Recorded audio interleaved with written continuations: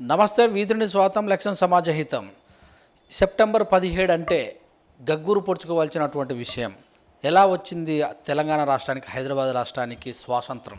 దేశం మొత్తం కూడా 1947లో స్వాతంత్రం, ఆగస్టు 15 నాడు స్వాతంత్రం వస్తే మరి ఇదే హైదరాబాద్ సంస్థానానికి కూడా స్వాతంత్రం రాలేదు. అప్పటికి కూడా ఎంతోమంది ప్రాణత్యాగాలు, మానభంగాలు, ఆస్తుల నష్టం, అలా చూసుకుంటే కుటుంబాలు అన్నీ పోగొట్టుకుంటేనే మరి స్వాతంత్రం వచ్చింది.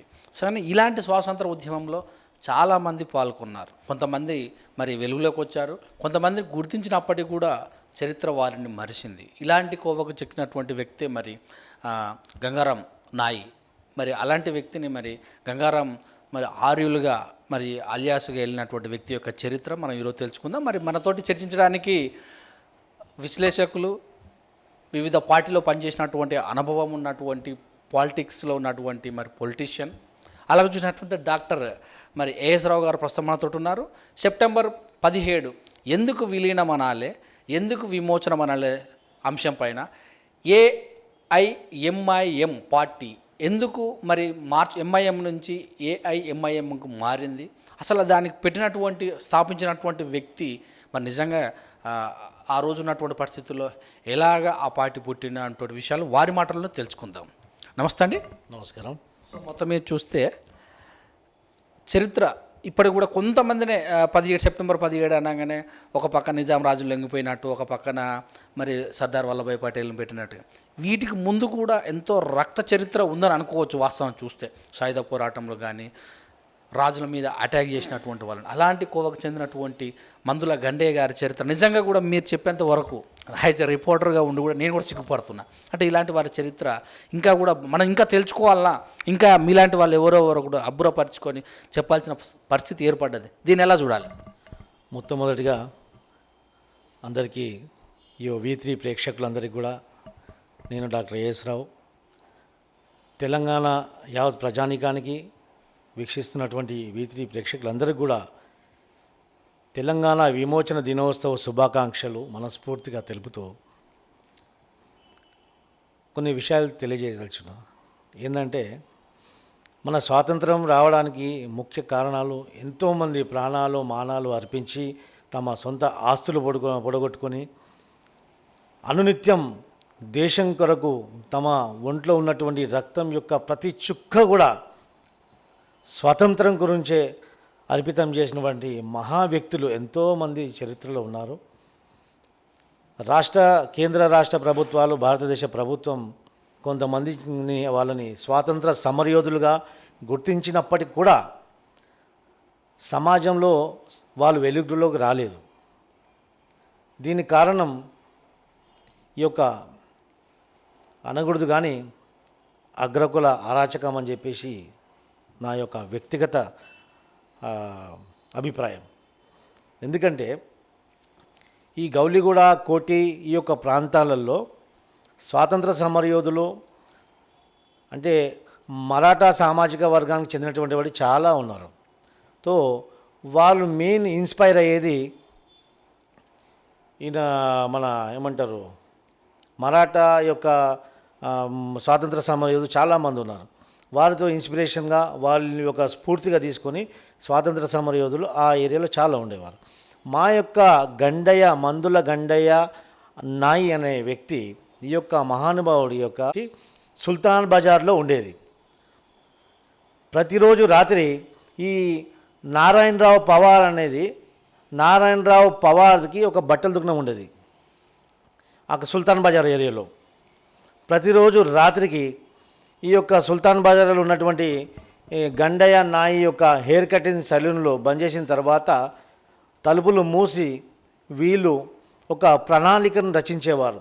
ఏ విధంగా ఈ యొక్క హైదరాబాద్ రాష్ట్రాన్ని, ఈ యొక్క నిరంకుశ పరిపాలన, ఈ యొక్క అరాచక ప్రభుత్వం నుంచి విముక్తులు చేయాలి, మన ప్రాణాహుతి అయినా సరే మనం తెలంగాణ నుంచి, మన ఈ యొక్క హైదరాబాద్ రాష్ట్రాన్ని ఈ యొక్క ముస్లిం రాష్ట్రం నుంచి, ఈ యొక్క రజాకార్ల పరిపాలన నుంచి మనం బయటికి తీసుకురావాలని చెప్పేసి అనునిత్యం ఒకే నినాదంతో, ఒకే ఆశతో వాళ్ళు ఒక ప్రణాళికను రచించేవారు. అదే ప్రణాళికబద్ధంగా ఒకరోజు నిజాం యొక్క కాన్వాయ్ పైన ఈ ముగ్గురు దాడి చేయడం జరిగింది.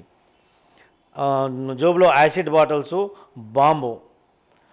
ఈ యొక్క జగదీష్ ఆర్య అనే వ్యక్తి ఈ బాంబులు చుట్టడంలో సమర్థుడు అనమాట. వీరు ఒక బాంబులు తయారు చేసి నిజాం యొక్క కాన్వాయ్ పైన వేయడం జరిగింది. ఆ దురదృష్టవశాత్తు, ఆ యొక్క నిజాం యొక్క అదృష్టవశాత్తు అనుకోవచ్చు, ఆ యొక్క వేసినటువంటి బాంబు ఆ యొక్క కారు డోర్ పైన తగిలి బ్లాస్ట్ అవ్వడం జరిగింది. అక్కడ వెనుకనే ఉన్నటువంటి ఖాసిం రజ్వీ దుష్టుడు, దుర్మార్గుడు ఎంబడే ఈ యొక్క గండాయ నాయిని అరెస్ట్ చేయడం జరిగింది. ఆ తర్వాత నారాయణరావు పవార్, జగదీష్ ఆర్య వీళ్ళందరినీ ముగ్గురిని కూడా అరెస్ట్ చేసిన తర్వాత వీళ్ళని జీవిత శిక్ష అంటే లైఫ్ ఇంప్రిజన్మెంట్ ఇవ్వడం జరిగింది. అంటే ఒక సాయుధ పోరాటంలో స్వతంత్ర సమరయోధుల్ని ఏ విధంగా దేశవ్యాప్తంగా జైల్లో పెట్టినప్పటికీ కూడా ముఖ్యంగా ఈ హైదరాబాద్ రాష్ట్రంలో స్వాతంత్ర సమరయోధుల్ని జైల్లో పెట్టి వాళ్ళ చేత మలాన్ని దాయిపించి, అంటే మూత్రాన్ని దాయిపించి మలం విసర్జన చేసిన దాన్ని తినిపించి అలాంటి అమానుషమైనటువంటి చర్యలకు పాల్పడినటువంటి ఈ యొక్క అరాచక ప్రభుత్వం, ఈ యొక్క నిజాం నిరంకుశ ప్రభుత్వం, అలాంటి నిశంకుర ప్రభుత్వాన్ని గద్దె దింపడానికి మన యొక్క గండాయ నాయి లాంటి ఎంతోమంది మహానుభావులు ప్రాణాలను సైతం లెక్క చేయకుండా ఆ యొక్క స్వాతంత్ర సమరయోధంలో స్వాతంత్రం తేవడానికి ముఖ్య కారకులయ్యారు.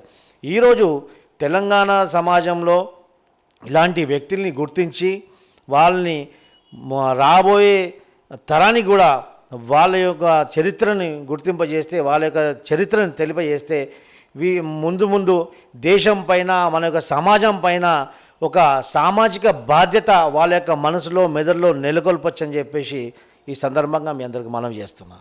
సో మొత్తం మీద చూస్తే మనం కొన్ని విశ్లేషించుకోవాల్సిన అవసరం ఉంది. చాక లైలమ్మ గారు ఆ రోజు పోయినట్టు విప్లవ భావాల నుంచి బయటకు రావడం వల్ల కమ్యూనిస్టు వ్యక్తులు ఆమెను కొద్దిగా బాగా ప్రేరేపితం చేసిన సందర్భంలో కొంతమంది అంటే కొంత నాయకులను కొంచెం ఓట్ల కోసం కావచ్చు, లేకపోతే ఫేమ్ కోసం, మరి అలాంటి మందుల గండయ్య గారు మరి ఏ పార్టీని గుర్తించలేదంటారా? ఫస్ట్ ఆఫ్ ఆల్ అంటే అక్కడ లెఫ్ట్ పార్టీలు, కమ్యూనిస్టులు ఉండడం వల్ల అంటే హైదరాబాద్కు దూరంగా ఆ శాఖలైలమ్మకు ఈ ఉద్యమం కొనసాగింది.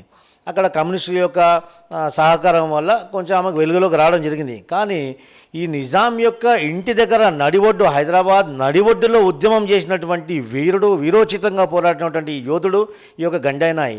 వీరికి ఏ ఒక్క పార్టీ ఆ రోజు హైదరాబాద్లో లేదు. ఆ ఎంఐఎం ఒక పార్టీ ఒకటే మాత్రం హైదరాబాద్లో ఉంది. అది జిన్నాకు అనుసంధానంగా ముస్లిం లీగ్ అలయన్స్గా పనిచేసేటప్పుడు పార్టీ ఒకటే ఉండే. ఇంకా కాంగ్రెస్ పార్టీ యొక్క మూలాలు కూడా హైదరాబాద్లో ఆ రోజు లేనటువంటి పరిస్థితి.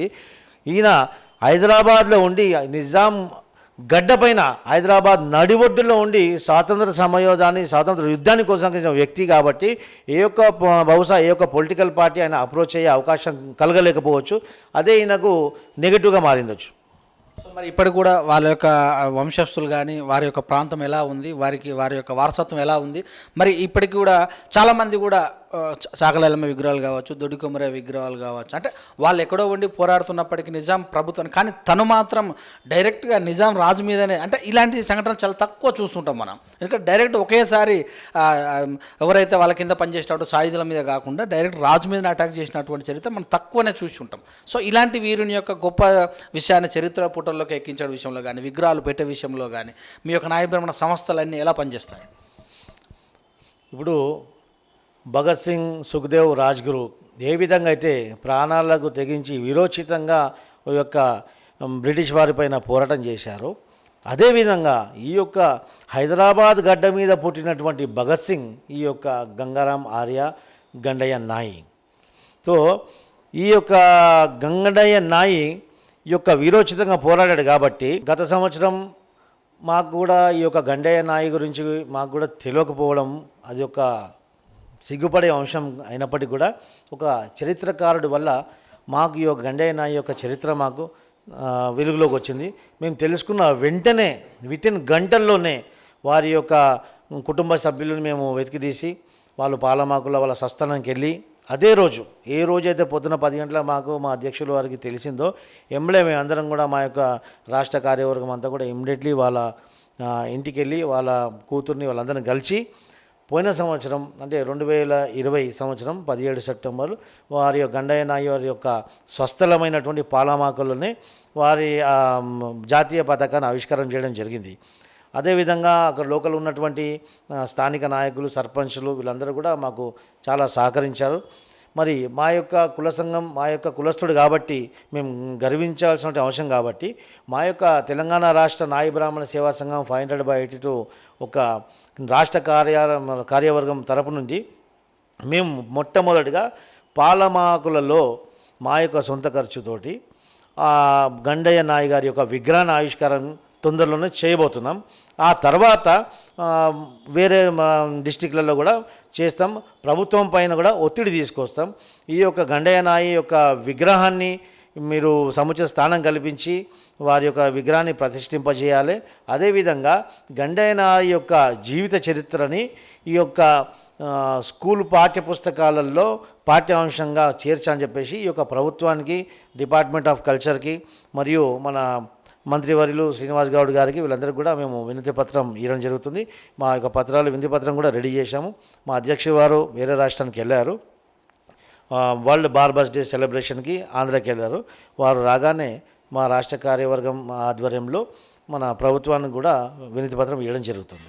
సో మొత్తం మీద చూస్తే మనం నిన్నమనే చూసినట్టయితే చాకలి ఐలమ్మ జయంతి వర్ధంతిలో ప్రభుత్వమే మరి నిర్వహిస్తున్న సందర్భంలో ప్రభుత్వం గెజిటెడ్ కూడా చేయడం జరిగింది. అలాగే చూసిన సర్దార్ సర్వాయి పాపన్న గౌడ్ యొక్క మరి ఆయన వర్ధంతి జయంతి అంటే రెండు కూడా ప్రభుత్వమే చేస్తున్న సందర్భాల్లో మరి ఇలాంటి అంశంలో ఇలాంటి వీరుణ్ణి అంటే ఇంత వీరోచితంగా పోరాడంటే స్వాతంత్రం కోసం అంటే మనం చూసే ఉంటాం ఎక్కడో ఒక చోట ఇంత పోరాడితేనే ఎంతో వెలుగులోకి చేస్తున్నటువంటి అట్ ఏ టైం తన ప్రాణాలు కూడా లెక్క అంటే ఇమీడియట్గా యాక్షన్ అనేది మనకు ఐడియా ఉంటుంది అక్కడ.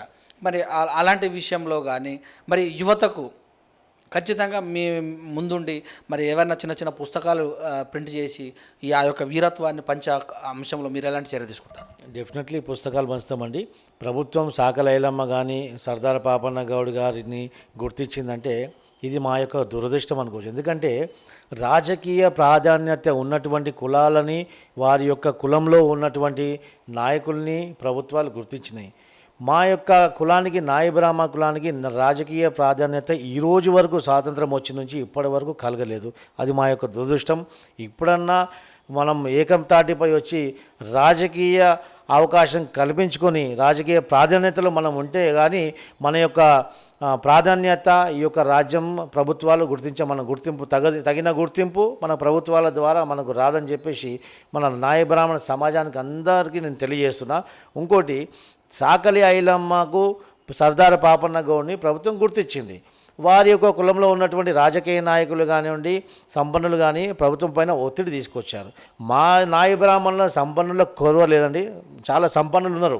వాళ్ళను కూడా ఏకతాటిపై తీసుకొచ్చి మా యొక్క రాజకీయ ప్రాధాన్యత లేనప్పటికీ కూడా మా యొక్క అనుకూలంగా ఉన్నటువంటి బడుగు బలహీన వర్గాలు, బహుజన నాయకులందరినీ కూడా ఏకతాటిపై తీసుకొచ్చి మా యొక్క గండయ్య నాయి యొక్క విగ్రహాన్ని, గండయ్య నాయి యొక్క జీవిత చరిత్రని వెలుగులోకి తీసుకురావడానికి సరైనటువంటి తగు ఒత్తిడిని ప్రభుత్వం పైన తీసుకొచ్చే చర్య తప్పకుండా చేపడతాం.